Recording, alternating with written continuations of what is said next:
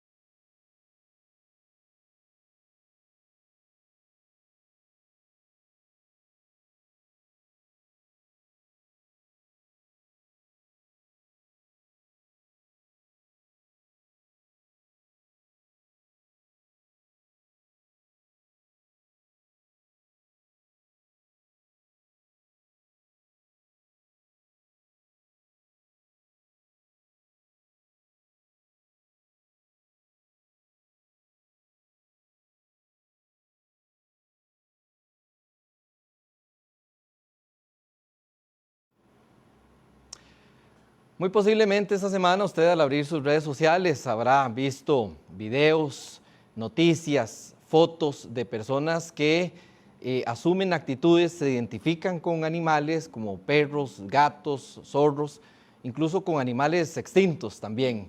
Esta es la comunidad Terian. Pero vamos a ver, no se trata de un fenómeno nuevo, más bien tiene sus antecedentes desde la década de los 90, cuando comenzaron comunidades a reunirse entre sí y a identificarse bajo este concepto de este fenómeno Terian. Ahora, ¿qué pasó esta semana? Las redes sociales, sus algoritmos, su amplificación ha hecho que desde el lunes prácticamente empezaran a circular toda esta serie de información, no aquí en Costa Rica, sino en otros países, pero que poco a poco ha venido trascendiendo ya más acá dentro de nuestro país. Esto incluso ha llevado que algunas entidades hayan hecho posicionamientos puntuales. Lo hizo ayer el Colegio de Médicos Veterinarios diciendo, bueno, nosotros no vamos a admitir aquí a personas que se identifiquen como Terians. Entonces, esto hace que el tema tenga una trascendencia pública notoria y sobre lo cual hay que hacer un análisis reposado, porque en medio de todo esto pues también han circulado memes, han circulado pues una serie de informaciones tal vez no exactas y es necesario hacer un análisis más reposado de lo que está pasando con la comunidad Terian. Ahora, esto tiene también implicaciones desde un punto de vista psicológico, legal, incluso hasta espiritual y religioso. Pero hoy queremos centrarnos en un análisis sociológico. Para ello, ¿quién mejor que no haber invitado a don Guillermo Acuña González?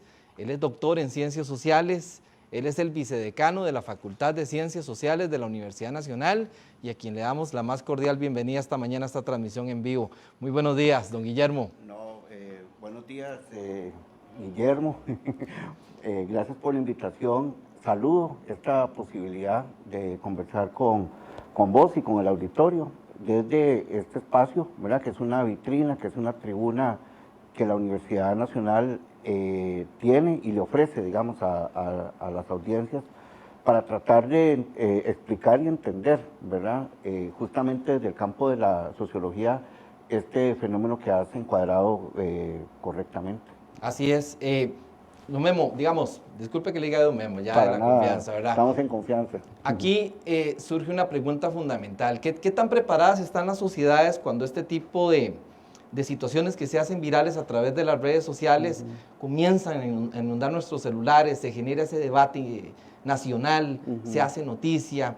¿Cómo las sociedades toman este tipo de cambios, de situaciones? Bueno, es que justamente empecemos ¿verdad? por el tema que has tocado, que tiene que ver con el rol de las redes sociales, digamos, en la transmisión de estos contenidos. Y es que una de las cosas que suele ocurrir ¿verdad? Cuando aparecen estos temas es que la red social permite la viralización, ¿verdad? Que es este fenómeno de la amplificación en tiempo y forma, ¿verdad?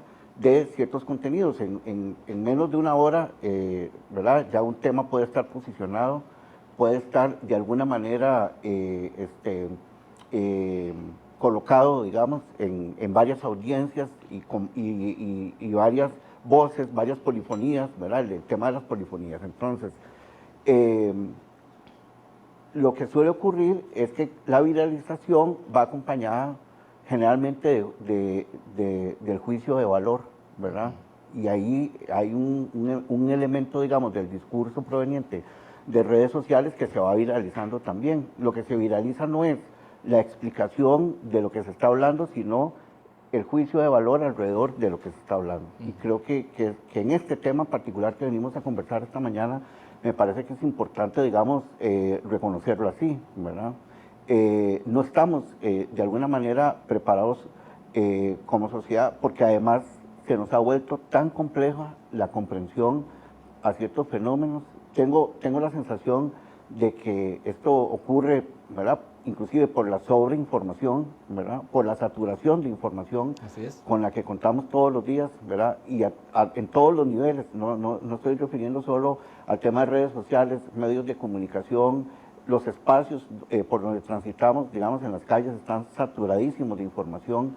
Entonces vamos como perdiendo capacidad de fragmentar de alguna manera, ¿verdad? Las posibilidades de explicación a ciertos fenómenos. Y esa sobrecomunicación, esa sobrecarga de información, a lo mejor y nos está pasando factura como sociedades, como colectivos, para tratar de entender lo que nos está pasando. Estamos claros que estamos en una época instalada, creo que desde pandemia, y me parece que desde antes, ¿verdad? Una época instalada donde la contingencia, digamos, llevó a la disrupción, ¿verdad? Es decir, estamos viviendo momentos disruptivos, cosas que no se explican racionalmente, ¿verdad? Están de alguna manera siendo viralizadas y están siendo de alguna manera colocadas a nivel colectivo. Y eso me parece que hay que tratar de entenderlo para entendernos como sociedad, ¿verdad? Y tratar de entendernos inclusive como subjetividades en esas sociedades, ¿verdad? Somos subjetividades en transformación, querámoslo o no. Ahora, no se desapegan totalmente de su condición humana, pero tampoco se identifican plenamente como animales. Estas situaciones cuesta que la sociedad las entienda. ¿Por qué cuesta? ¿Cuáles son los factores que están de por medio que hacen que este debate sea tan difícil en este entorno? Es que nos cuesta, Memo, entender, digamos, esas otras identidades, ¿verdad? Y aquí ya empiezo como a trabajar en el campo de la explicación sociológica, ¿verdad? Estamos hablando de un fenómeno complejo, ciertamente, ¿verdad? Que no es fácil explicarlo, ¿Sí? porque además el campo de la producción académica, de la producción de conocimiento sobre este tema, a pesar de que dijimos que desde hace unos 25, 30 años viene manifestándose en otras sociedades, ¿verdad? Como la de Estados Unidos, por ejemplo, y en el territorio latinoamericano más reciente, digamos, como el caso de Argentina, Uruguay, donde este fenómeno ha ido como en avanzada. Aún así, digamos, el fenómeno va corriendo y nosotros a nivel de producción de conocimiento vamos detrás. O sea, hay muy poco material, ¿verdad? Digamos, inclusive teórico. Podríamos decir que quienes han aventajado un poquito es en el tema de las explicaciones psicológicas, ¿verdad? Pero hoy no nos vamos a referir a ese tema, ¿verdad? Entonces, ciertamente nos cuesta entender estas otras identidades que se están de alguna manera expresando, ¿verdad? Entenderlas y ser empáticos. Y ser empáticos. Lo de la empatía, digamos, yo quiero que me entiendan los compañeros y compañeras, las audiencias que están con nosotros esta mañana, que no tiene nada que ver con una apología, digamos, ¿verdad?, del fenómeno o del movimiento. Es que ser empáticos, digamos, está en nuestro ADN, digamos, como seres humanos, solo que la hemos perdido para un montón de cosas, ¿verdad?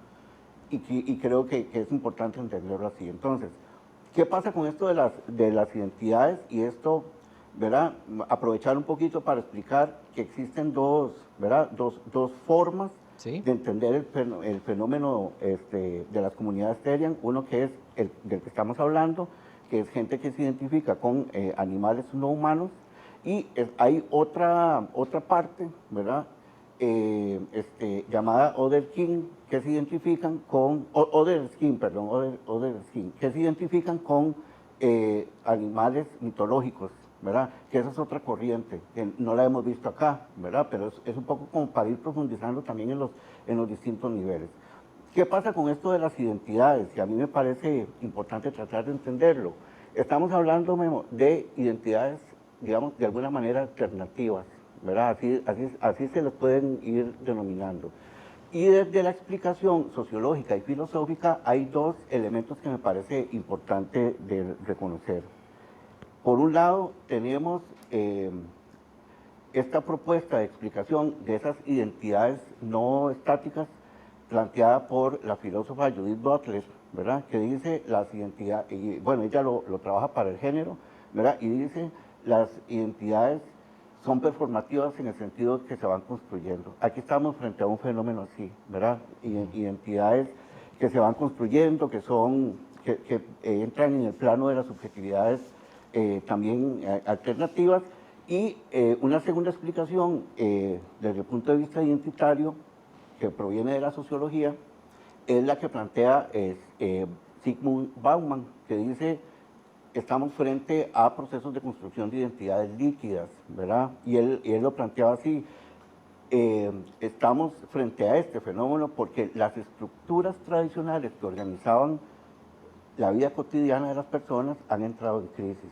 Hablamos de la familia, la religión, el trabajo y narrativas que antes nos nucleaban o nos juntaban como la nación o el Estado, ¿verdad? Entonces Bauman dice, como esas entidades han entrado en crisis, las identidades, ¿verdad?, entran en un proceso de liquidez, ¿verdad? Ya no se atan, no se construyen a nada, digamos, que las pueda ¿verdad?, sostener o permanecer en el tiempo, y por eso estamos viendo, digamos, la conformación de estos procesos, digamos, en términos de identidad. Ya luego podemos hablar de comunidades urbanas, podemos hablar de identidades, de comunidades o identidades digitales, eso es parte del fenómeno que explica esta Eso comunidad. que estás mencionando es sumamente interesante y yo quisiera tal vez que lo puntualicemos.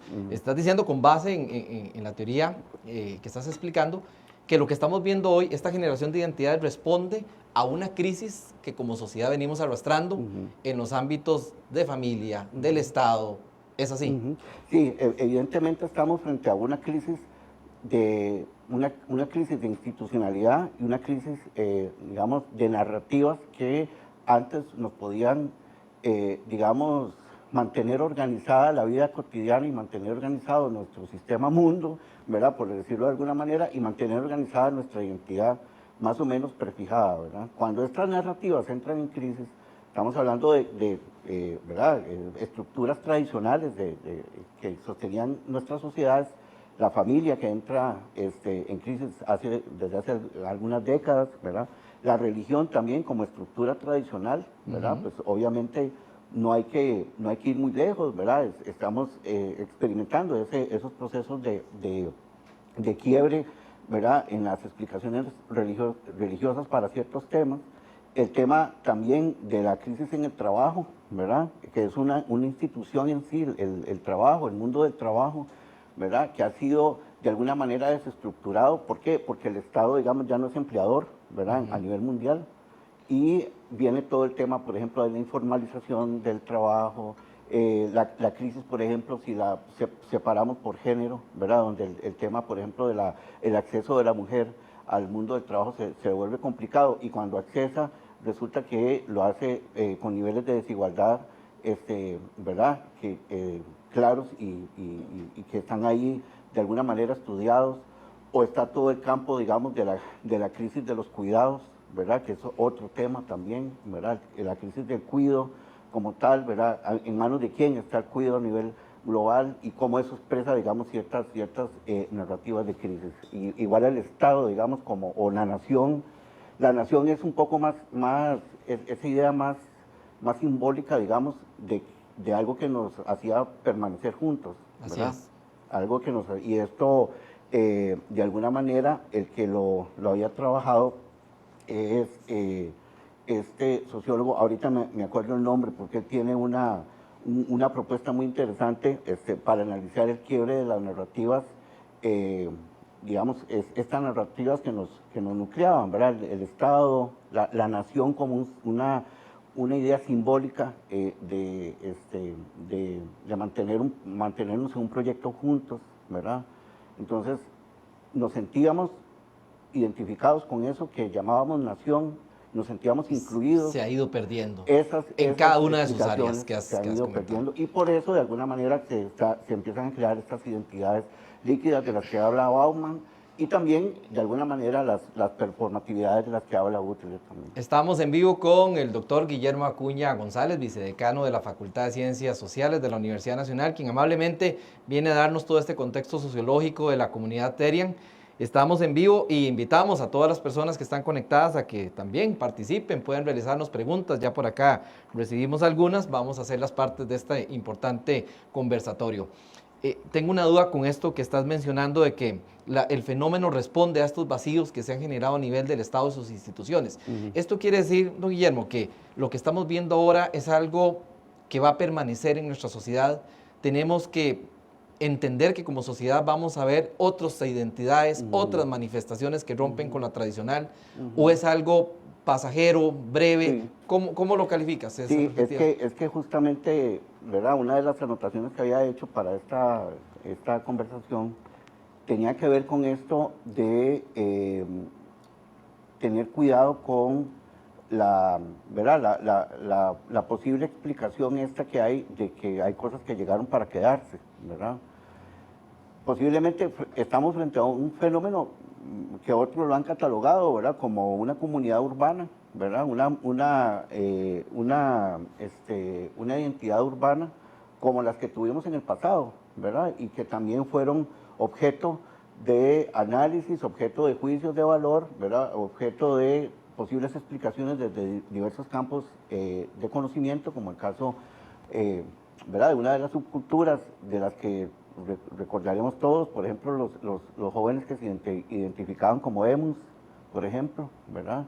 Y ellos aparecen justamente cuando empieza a hacer crisis, ¿verdad? Estas narrativas de las que empezamos a hablar, porque no hay nada, digamos, no hay otras formas que les planteen procesos de identidad. Entonces, por eso es que entran en crisis. Estamos hablando de esas otras, ¿verdad? De esas otras subculturas urbanas, de esas otras formas, digamos, asociativas de expresión, ¿verdad? Como los emus, los jóvenes emus, y así otros que hemos visto en el pasado, ¿verdad?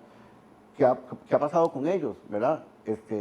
Han llegado, han permanecido un rato, digamos, como decimos coloquialmente, y después se van, ¿verdad? O su visualización, cede. Sí, o porque los tenemos. O su performatividad, para decirlo así, va transformándose conforme, ¿verdad? Van trabajando otras posibles explicaciones o le van encontrando sentido, digamos, a la vida desde otro lugar, ¿verdad? Desde otro lugar, de otro sistema de creencias o responsabilidades también, ¿verdad? Entonces, lo que quiero decir es que estos fenómenos, a pesar de que las crisis estas son sistemáticas, son sistémicas y estructurales, ¿verdad? La crisis de la nación como narrativa, digamos, no se resuelve de la noche a la mañana, ¿verdad? Estamos claros que hay que trabajar. Ni apareció de la noche a la mañana, estamos hablando de décadas ¿verdad? De crisis. Y además, desigualdades, sí. Yo lo que he planteado, digamos, para el caso de Costa Rica es que nos está urgiendo la constitución de un nuevo contrato social, de un nuevo pacto social que nos ayude a reimaginarnos de nuevo esa nación que fuimos, ¿verdad? En el pasado. No estoy hablando como de la cuestión idílica, lo que estoy hablando es de eso, digamos, que nos importaba a todos como colectivo, que pareciera haberse derrumbado, en el caso costarricense, ¿verdad? Entonces, por ahí aparecen estos fenómenos asociados, ¿verdad? Me gustaría pensar que evidentemente estamos frente a un fenómeno, digamos, ¿verdad? Que forma parte de esa liquidez de la que hablábamos, ¿verdad? Lo líquido se va disipando en el tiempo y lo que pasa es que, claro, en tiempos de redes sociales, ¿verdad? Se maximiza, ¿verdad? El posible impacto, ¿verdad? Se habla vamos a ver, hoy venía pensando en la mañana, ¿verdad? Sí. A propósito de las imágenes estas de la animalización del otro, ¿verdad? Sí. Ahí, posiblemente en la audiencia, recordarán el fenómeno de los chapulines aquí en San José, ¿verdad? Que fue un fenómeno muy... Años 90. ¿verdad? En los años 90 y que... ¿verdad? Ahí tenemos un fenómeno de animalización del otro, es decir, el discurso con el que se explicaba la aparición de los chapulines tenía que ver con su capacidad para moverse rápidamente, para saltar, ¿verdad? De un lugar a otro y obviamente estaban vinculados con algunas acciones delictivas, ¿verdad? Pero venía pensando justamente, ellos aparecieron en una época donde las redes sociales no existían, ¿verdad? Existía el periodismo, digamos, tradicional de entonces, ¿verdad? Medios de comunicación. No era tan inmediata. Y no era inmediata, digamos, a lo mejor el impacto hubiera sido 1000 veces, ¿verdad?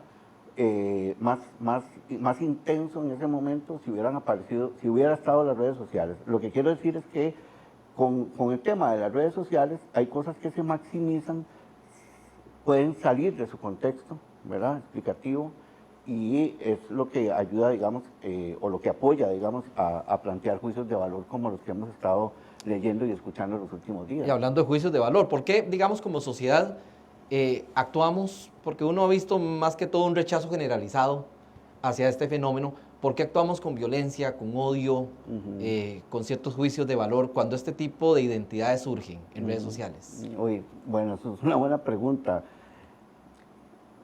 Yo creo que estamos viviendo una época en la que no estamos pudiendo manejar ciertas emociones como colectivo, ¿verdad? Y lo digo en el campo más general posible, ¿verdad? Sí. Nos está costando mucho manejar emociones y particularmente manejar las emociones del enojo y la ira y la frustración, ¿verdad? Y las redes sociales, vuelvo a ellas, son un caldo de cultivo para que estas manifestaciones, ¿verdad? De enojo, de ira, ¿verdad? De casi que, vamos a ver, no sé, no encuentro la palabra, pero es esta manera que tengo yo a través del discurso, ¿verdad? De ensañarme con esa otra persona, o con ese otro movimiento, o con el que piensa distinto a mí. Exactamente, iba a ese punto. Si se faculta más cuando ataco a alguien porque piensa diferente a mí. Sí, porque es una identidad que no está, con la que no estoy de acuerdo, ¿verdad? O dentro de los patrones sociales. ¿Verdad? Patrones sociales, correctos. Pero lo vemos en todos los campos, inclusive en el campo político, ¿verdad? Que acabamos de recién verlo, ¿verdad? De nuevo hubo un ejercicio, me parece, muy complejo hablando del tema costarricense, de nuevo hubo como una construcción del otro, ¿verdad? En ambos sentidos, ¿verdad? Y yo creo que eso ya lo venimos viendo desde hace, ¿verdad? Unos 15 años para acá, donde esa construcción del otro, digamos, es un factor que complejiza inclusive las relaciones, la interacción y ese posible estar juntos y juntas en una sociedad como esta. Vuelvo al tema, ¿verdad?, que estábamos trabajando. ¿Por qué nos cuesta? Porque nos está costando manejar esas emociones. Entonces es muy fácil que esa emoción que no manejamos, ¿verdad?, del enojo, y como no sabemos de dónde provienen, ¿verdad?, o qué es lo que quieren, ¿verdad? Sí. Que eso es otro tema, ¿verdad? Sí. Saber qué es lo que quieren. A lo mejor no quieren nada, lo que quieren es expresar una identidad, ¿verdad? Y no, de nuevo, no estoy haciendo, digamos, apología o defensa, digamos, Del de ataque, este sí. movimiento, ¿verdad? Pero sí estoy tratando de explicar qué es lo que uno está observando, ¿verdad? Y lo que está observando es una, un grupo, una agregación, ¿verdad?, de identidades que encontraron, digamos, en esa identificación con animales no humanos, una posibilidad de agregarse. Ahí hay una cuestión. Entonces, cuando vos no entendés esto, ¿verdad?, pasás fácilmente como al enojo, ¿verdad?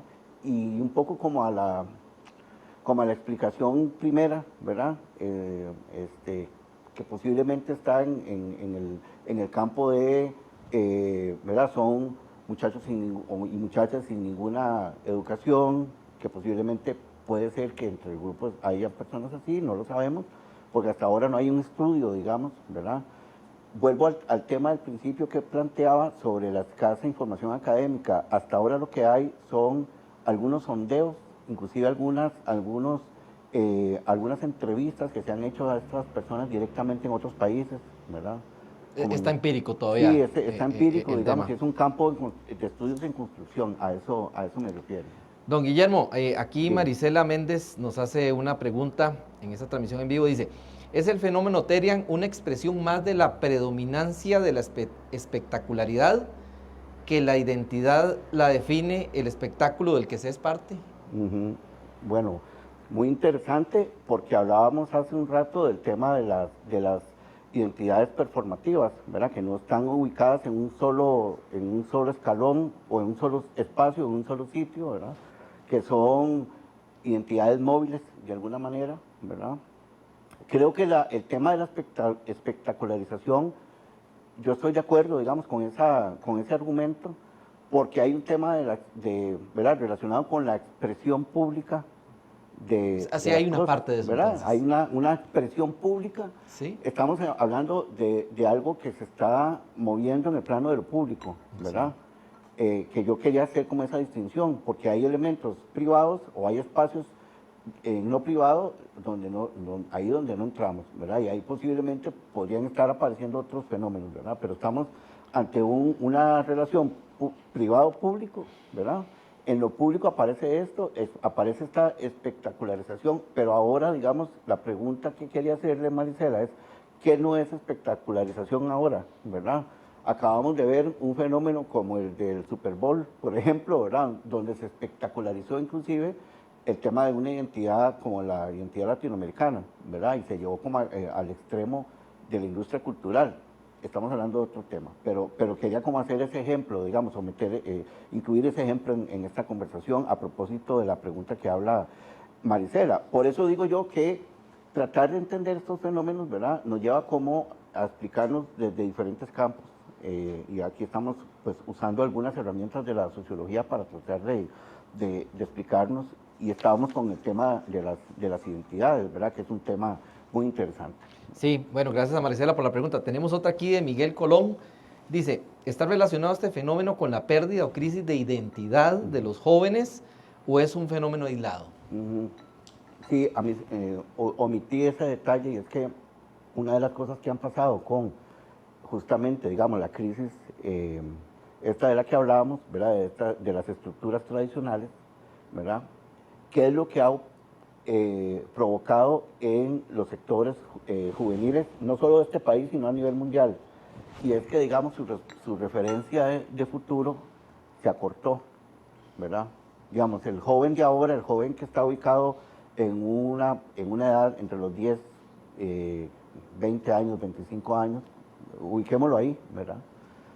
tiene un horizonte temporal muy corto, ¿verdad? Es decir, no puede planificar su vida más allá porque, porque la sociedad no le está ofreciendo, digamos, que esa planificación entre, digamos, con tal detalle, ¿verdad? Por eso, porque el mundo del trabajo entró en crisis, porque la familia que lo nucleaba ya no está, ¿verdad? Y porque hay institucionalidad que ya no está asumiendo a las juventudes, digamos, como un grupo poblacional, ¿verdad?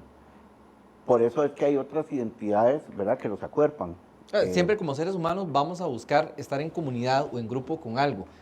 Y de repente entonces, en mención de lo que estás explicando, las personas jóvenes que se identifican como Terians, hay adultos también, han encontrado en ese nicho tal vez una forma pues de tener conexión entre ellos mismos. Sí, sí, inclusive de ese grupo. Lo podríamos explicar con otros grupos, ¿verdad? Con lo que pasa con otros grupos, que no es, cuando uno explica estas cosas, ¿verdad? No es que estás de alguna manera, digamos, emitiendo digamos, un juicio a favor, ¿verdad? Es que estamos tratando de explicarlo. Entonces, el ejemplo que iba a dar es el de la conformación de las pandillas juveniles en Centroamérica, particularmente en El Salvador y Guatemala, pero más fuertemente en El Salvador, donde aparecen como un fenómeno, sí, ciertamente transnacional, ¿verdad? Porque son grupos, digamos, que fueron siendo conformados por, por, por, por su relación con otras actividades en las migraciones tempranas hacia Estados Unidos, ¿verdad? Y de allí cristalizaron, digamos, algunas ideas que trajeron a El Salvador y que encontraron un nicho, digamos, en las violencias, en las pobrezas, en las desigualdades, en las exclusiones, ¿verdad? Y por ahí hay un elemento importante, y es que estas estructuras delictivas empezaron a funcionar como si fueran, digamos, marcos de afiliación sentimental. Y cuando hablo de esto me estoy refiriendo a, digamos, la conformación de familias sustitutas. O sea, es decir, estos grupos salían, ¿verdad?, porque encontraban que en la asociación, en la agregación, estaban encontrando una familia que los sostenía y que los sostenía afectivamente, ¿verdad? Estamos hablando de un fenómeno que lo tuvimos muy cerca o lo tenemos muy cerca aquí en Centroamérica, ¿verdad?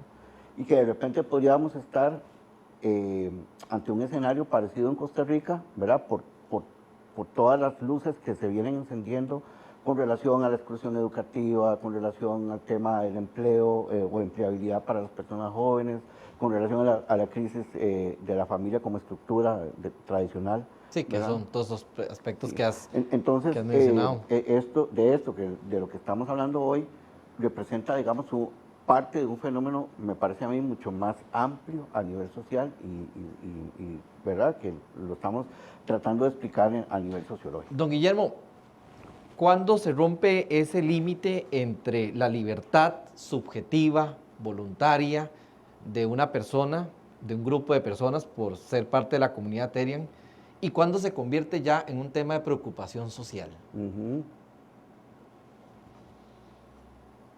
Es muy interesante, ¿verdad?, esa pregunta, Memo, porque yo tengo la impresión de que es cuando la gente siente, digamos, siente como cierta amenaza, ¿verdad? Se siente amenazada frente al personaje, ¿verdad? Pero la amenaza se compone como de dos características, ¿verdad? Puede ser una amenaza real, ¿verdad? Es decir, que vos vayas caminando por un parque y te salga, ¿verdad?, una persona Terian, digamos, manifestada, ¿verdad?, en un animal X, ¿verdad? O una amenaza no real, que está siendo construida desde la distancia, ¿verdad?, pero que vos estás observando medios de comunicación, estás en redes sociales, aparecen TikTok, aparecen, ¿verdad?, los Reels, ¿verdad?, con estas imágenes. Entonces vos de alguna manera te sentís como amenazado, ¿verdad? Es decir, bueno, me puede pasar a mí, ¿verdad?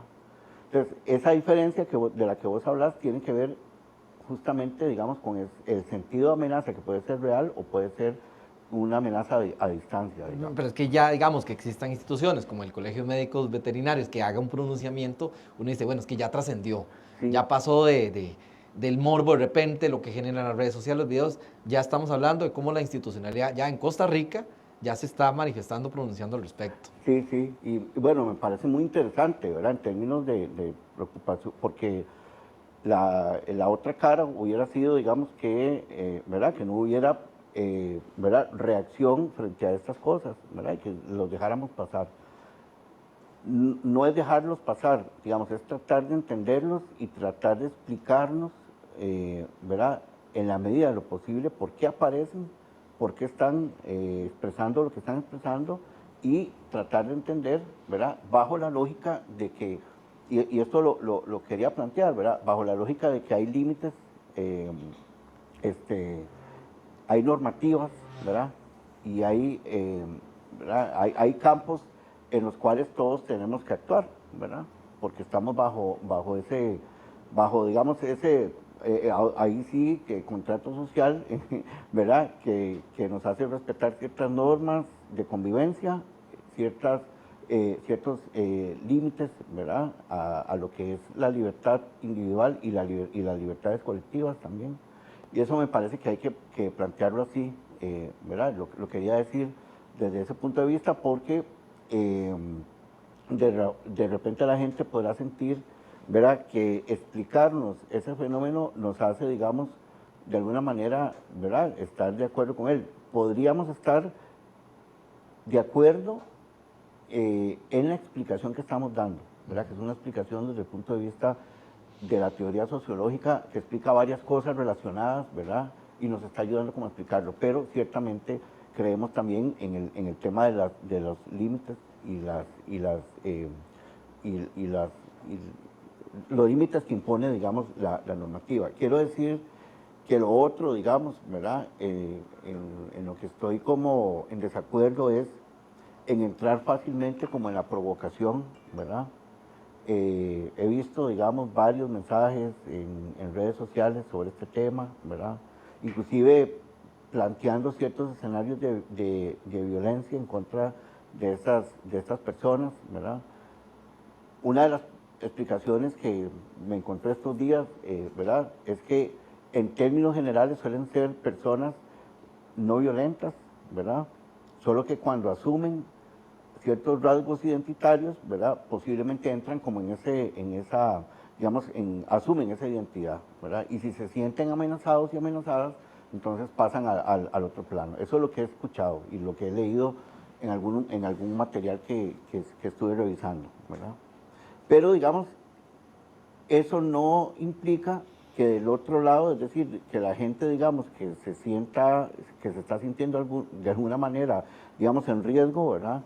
Plantee como ciertas acciones y ciertas actitudes que me parece que son violentas, ¿verdad?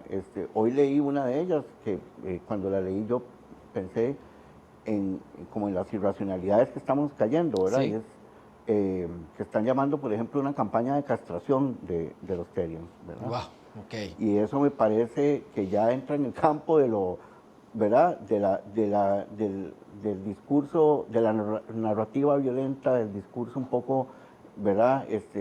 Llamando a esa construcción de los contrarios, que me parece muy peligrosa y muy de cuidado también, ¿verdad? Porque no estamos en una sociedad con el piso parejo, ¿verdad? Ahora mismo, ¿verdad? Estamos en un momento histórico donde ¿verdad? El piso no está parejo, ¿verdad? En términos de proyecto como país, ¿verdad? O sea, sí, estamos colmados de desigualdades. Sí, por decirlo. exactamente. Yo ya casi nos vamos acercando al cierre de esta conversación, don Guillermo. Vamos a ver, su llamado como sociólogo, como estudioso de las ciencias sociales, en este entorno, en este contexto en el que estamos, hacia la sociedad costarricense, ¿cuál sería? Bueno, yo lo que ¿verdad? Sugeriría es como tres elementos, Memo, ¿verdad?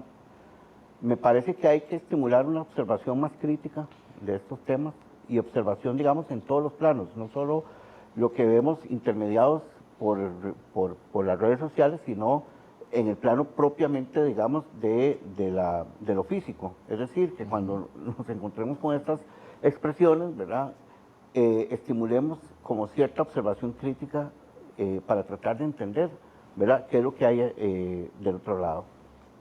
Luego, me parece que hay un asunto fundamental que creo que no solo aplica para este caso en particular, sino que nos aplica como sociedad, y es el tema de tratar de comunicarnos con el otro y la otra, ¿verdad?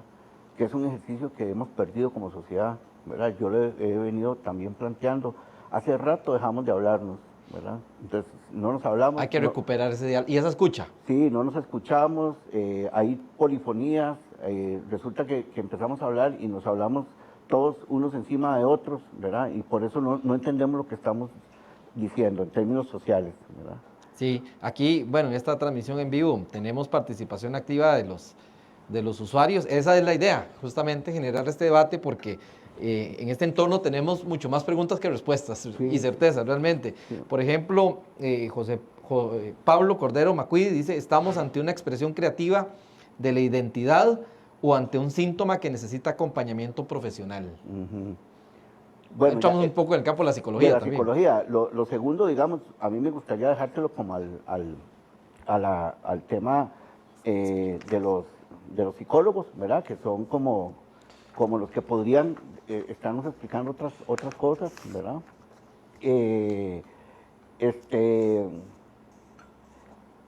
Hay una posible explicación, ¿verdad?, que leí por ahí, que tenía que ver con el tema, digamos, del juego social, ¿verdad?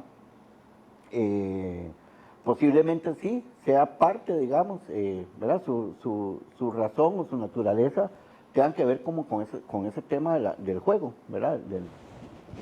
Y asumir, digamos, identidades como parte de un juego. No estoy, de nuevo, ¿verdad?, planteando más allá de una posible explicación a esto, ¿verdad? Y quería como señalar, a propósito de esta pregunta y de lo que hemos estado conversando, que es, al menos este fenómeno a nivel global, ¿verdad?, desde sus inicios, en Estados Unidos hace 25 años, está atravesado por el tema de las identidades digitales, ¿verdad? Es que esto explica mucho de lo que ha aparecido y de lo que estamos observando, ¿verdad?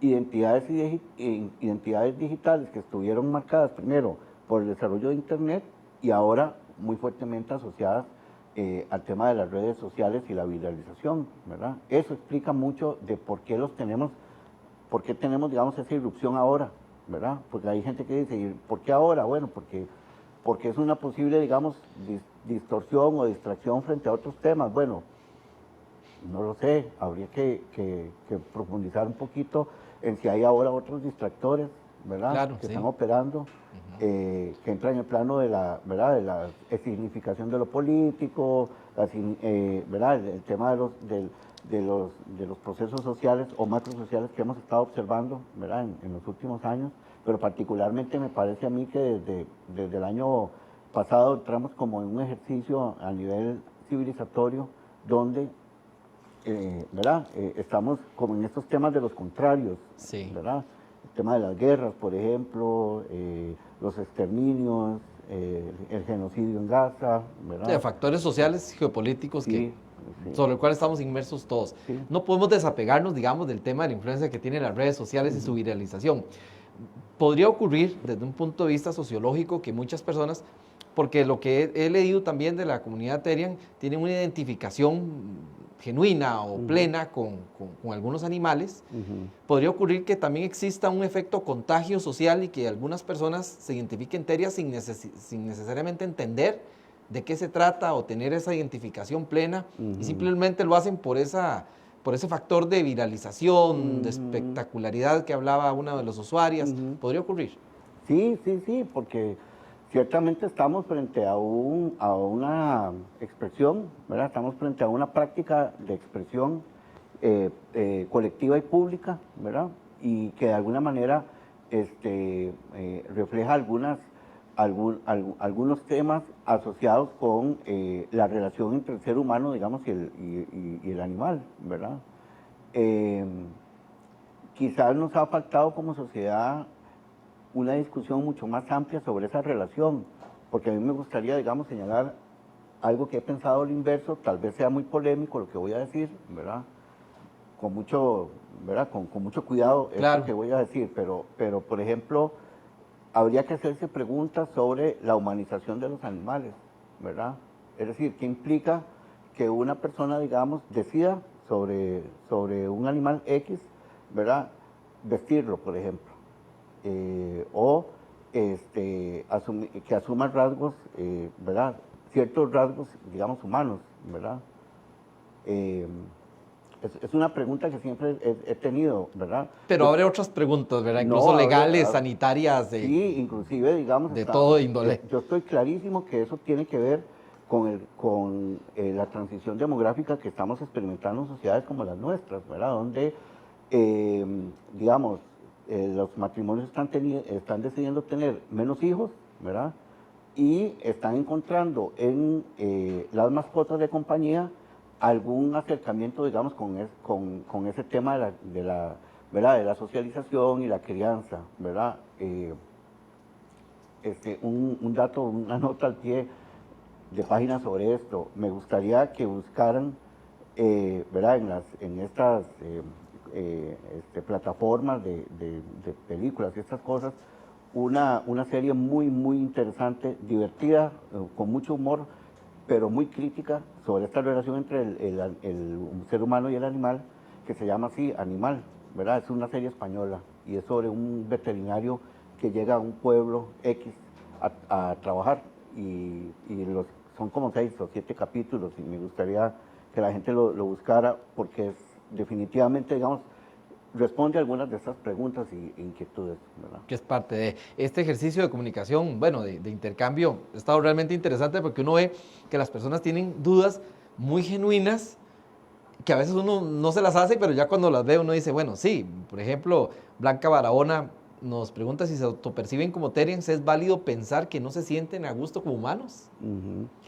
Preguntas muy válidas. Sí, podría, y bueno, otra vez creo que eso es una explicación desde el campo de la psicología, ¿verdad? Porque tiene que ver inclusive con el tema de cómo se autoperciben y cómo encuentran, percibiéndose como otros no humanos, ¿verdad? Eso que no, de alguna manera, no los satisface en su autopercepción como humanos. Me parece que es una posible explicación y una buena pregunta, ¿verdad? Que exige, digamos, ¿verdad? Una buena reflexión desde el campo de la psicología y desde la psicología social, me parece. Sí, totalmente. Hay una pregunta también muy interesante. ¿Cuál sería la posición que la universidad debe acoger? ¿Qué pasa si alguna persona identificada como Terian solicita algún servicio? ¿Cómo se debe atender? Sí, bueno, yo aplicaría ese pequeño protocolo que hablé hace un rato, ¿verdad? Es decir, la observación crítica, porque vamos a ver, no tenemos, ¿verdad? Hay obviamente normativa en la institución que regula el tema ¿verdad? De las seguridades y otras cosas, ¿verdad? Hasta ahí, pero justamente, digamos, para atender estos fenómenos, como ha ocurrido, digamos, en la universidad en los últimos años, por ejemplo, con ciertas identidades, digamos, ¿verdad? En el campo de las identidades sexuales, por ejemplo, ¿verdad? Que hemos observado personas estudiantes, ¿verdad?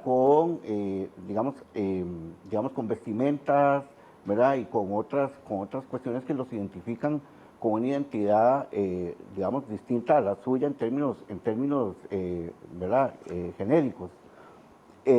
Vamos a ver, observación crítica, escucha, comunicación, ¿verdad? Mucha comunicación y de alguna manera la observancia a la normativa institucional, ¿verdad? Si fuera el caso. Me gustaría pensar que eso es como un inicio, digamos, de un protocolo que podríamos estar planteando, digamos, como institución. Ciertamente hay parte de la evolución, sí. ¿verdad? La sociedad evoluciona y vendrán otros retos sociales y hay que atenderlos de la misma es. forma. No haría el crédito, Maggie Castro nos hizo esa pregunta tan okay. interesante. Y esta de Marisela Méndez es muy importante, es muy interesante. porque ya trasciende hacia lo político. Ujú. Las autocracias tienden a satanizar a algunos grupos, los LGTBQ, ambientalistas, los progre, y ahora los Terian no responderán a lo mismo para fortalecer la adhesión a esas pretensiones autocráticas. No, ¿Qué pregunta? yo- La hace Marisela Méndez también. Bueno, Marisela, qué interesante, digamos, y además qué bien que ha generado, digamos, ¿verdad? Esta conversación, estas reflexiones tuyas que las traducís en preguntas, y te agradezco mucho estar atenta, digamos, a esta conversación. Es que, a ver, vivimos en un momento de la historia a nivel político donde se empieza a generar, digamos, esta conformación de hegemonías que están ubicadas en otros espacios, digamos, ya no estamos hablando solo de hegemonías de económicas, perdón, estamos hablando de hegemonías inclusive en el campo de lo cultural y en el campo de lo ideológico, ¿verdad? Y cuando hablamos de estas hegemonías, obviamente, digamos, hay grupos que no entran en ellas, ¿verdad? Y que están siendo atravesados por circunstancias, ¿verdad? De otros los planos culturales, los planos de la representación, los planos de la subjetivación del otro y de la objetivación del otro también, ¿verdad? Que es importante. Entonces, sí me parece, yo asumo, digamos, tu propuesta de analizar estas agrupaciones, ¿verdad? Desde este punto de vista, tratar de entenderlas también y tratar de entender las implicaciones que tiene, ¿verdad? El ejercicio de estas expresiones, porque finalmente son expresiones colectivas, ¿verdad? En el plano más político, y me parece interesante verlas desde ahí. Sí, realmente tenemos aquí preguntas que nos hacen, vamos a ver. Lo amenazante, dice Isaac Rodríguez, lo amenazante es que la identidad terian se convierta en un objeto que enajene a las juventudes sobre la otra realidad que menciona Guillermo Acuña, nivel global, tema como guerra, racismo, dictaduras y genocidios. Hoy hay seres humanos que se identifican con el lado más oscuro de la humanidad y eso está normalizándose. Esa es una amenaza real que debería preocuparnos también. Sí, claro, yo coincido con Isaac, ¿verdad? Justamente porque de alguna manera dejamos de pensar en estas cosas, ¿verdad? O ciertamente no nos están atrayendo, digamos, como deberían de atraernos estos temas, ¿verdad? Que acabamos de mencionar.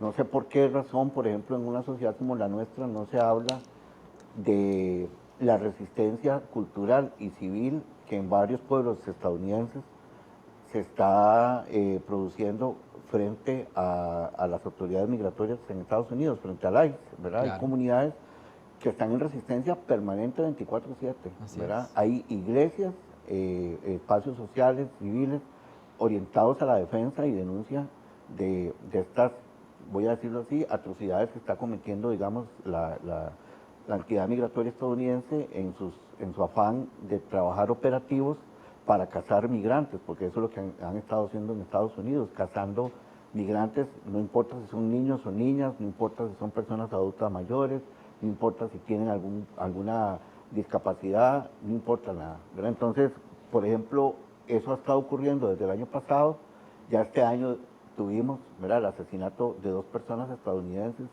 a manos de las fuerzas migratorias de Estados Unidos. Dijimos poco acá en una sociedad como la nuestra, y eso no tiene que ver solo con un asunto generacional, ¿verdad?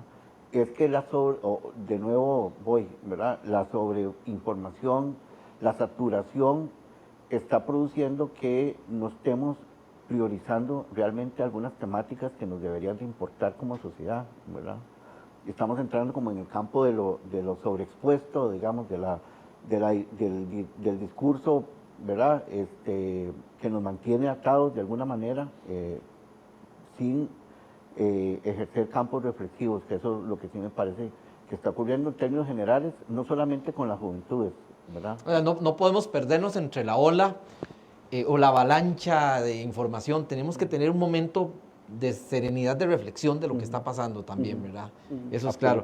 Selene Jiménez Valverde, este tema, yo lo había leído también en alguna parte, esta asociación que te voy a mencionar.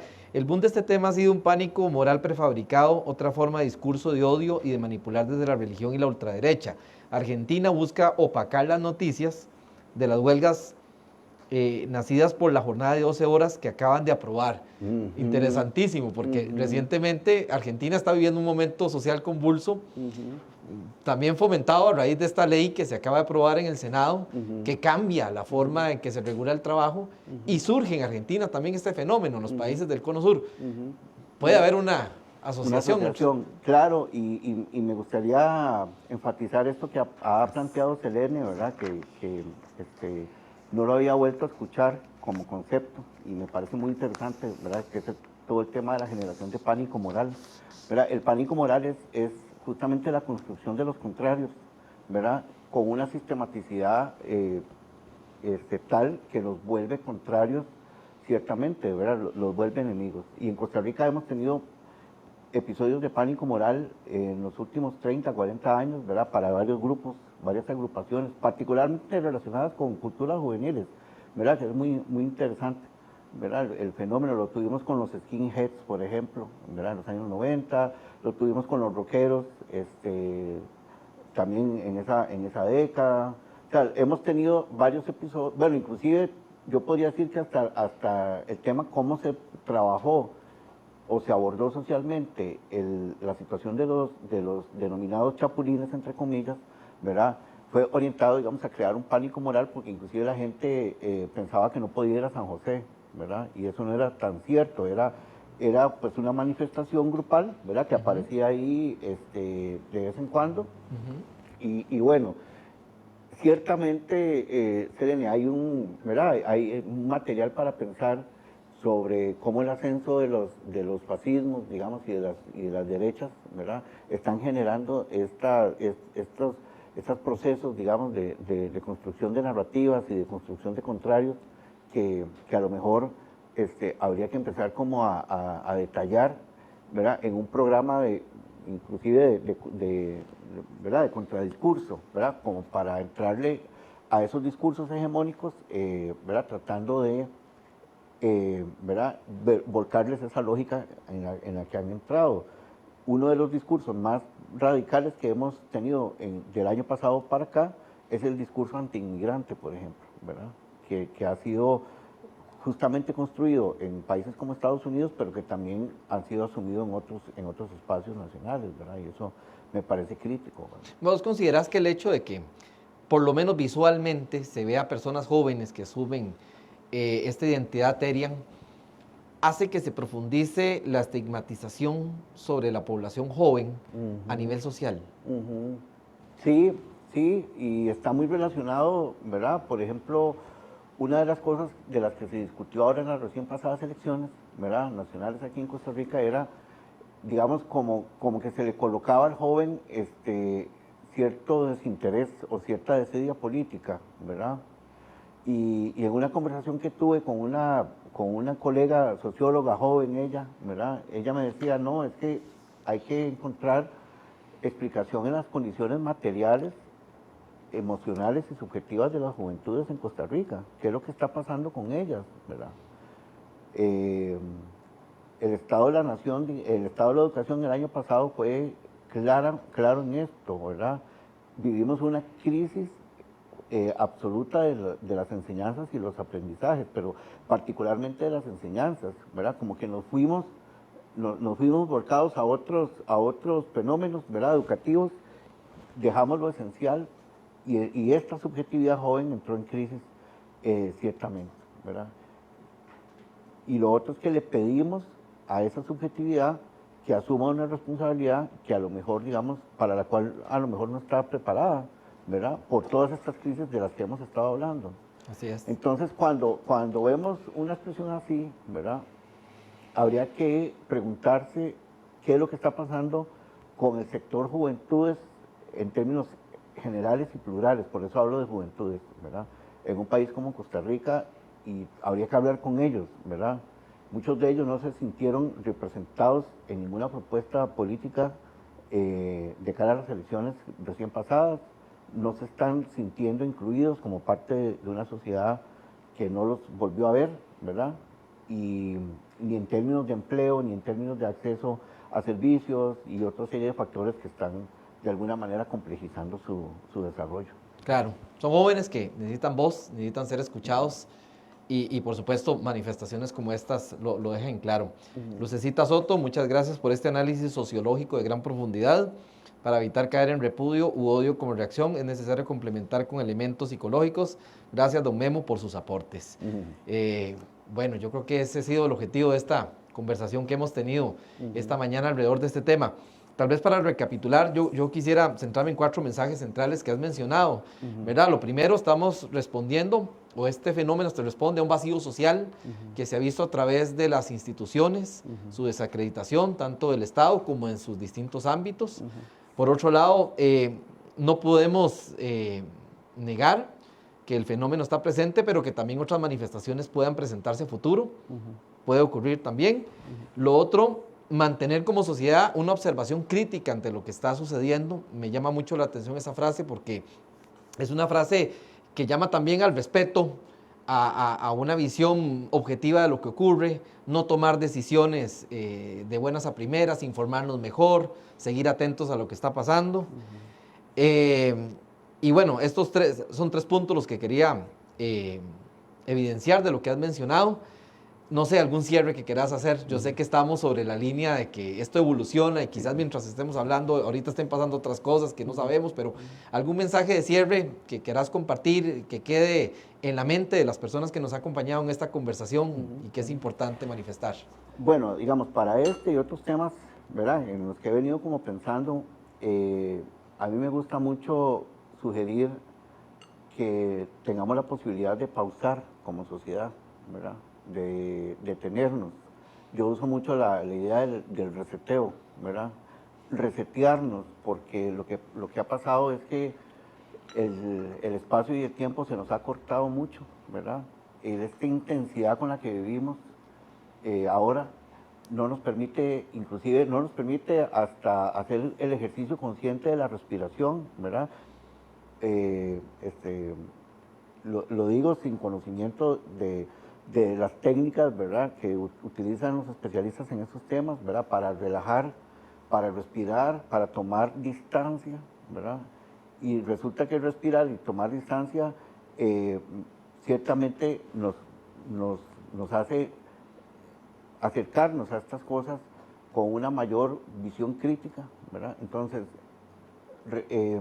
reseteémonos en términos de subjetividades ¿verdad?, que estamos atravesadas, todos y todas los que estamos en esta transmisión hoy, estamos atravesadas, ¿verdad?, por esa vorágine, ¿verdad?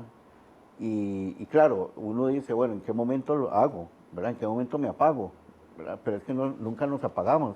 Nunca, ¿verdad? sí. Nunca nos apagamos, o nunca apagamos, nunca hacemos switch off para ciertas cosas y permanecemos 24/7 y eso nos está pasando factura a nivel subjetivo y a nivel colectivo. Entonces, cierro con esa, tal vez me salí un poquito del tema, pero está ahí porque me acostumbro a decirlo en otros espacios, ¿verdad?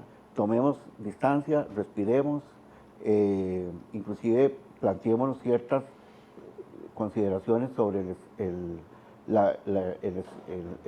slow, ¿verdad?, la lentitud como un mecanismo hasta político, ¿verdad? Así es. Un mecanismo político y de resistencia, ¿verdad? Es decir, no siempre tenemos que correr para todo, ¿verdad?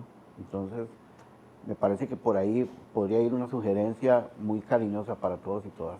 Muy atinada. M. Navarrete, excelente tema y desarrollo, gracias a la UNA y expositores por tan necesaria, urgente y oportuna reflexión.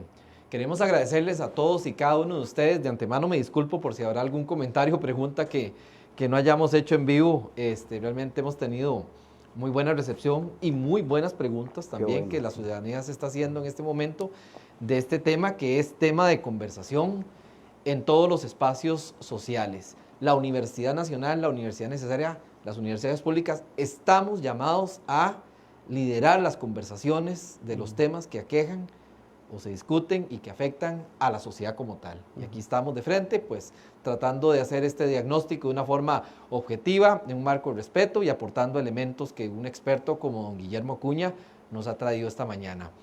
Muchísimas gracias por acompañarnos en esta transmisión en vivo, don Guillermo, muchas gracias. No, gracias a ustedes como como compañeros de la parte de comunicación de esta universidad por preocuparse por estos temas y invitarnos a acompañarles también. Y seguiremos adelante en el análisis de este y otros temas que por supuesto nos incumben a todas y a todos. Muchas gracias, tengan un feliz viernes y muy agradecidos por que nos acompañen en esta transmisión en vivo. Hasta pronto.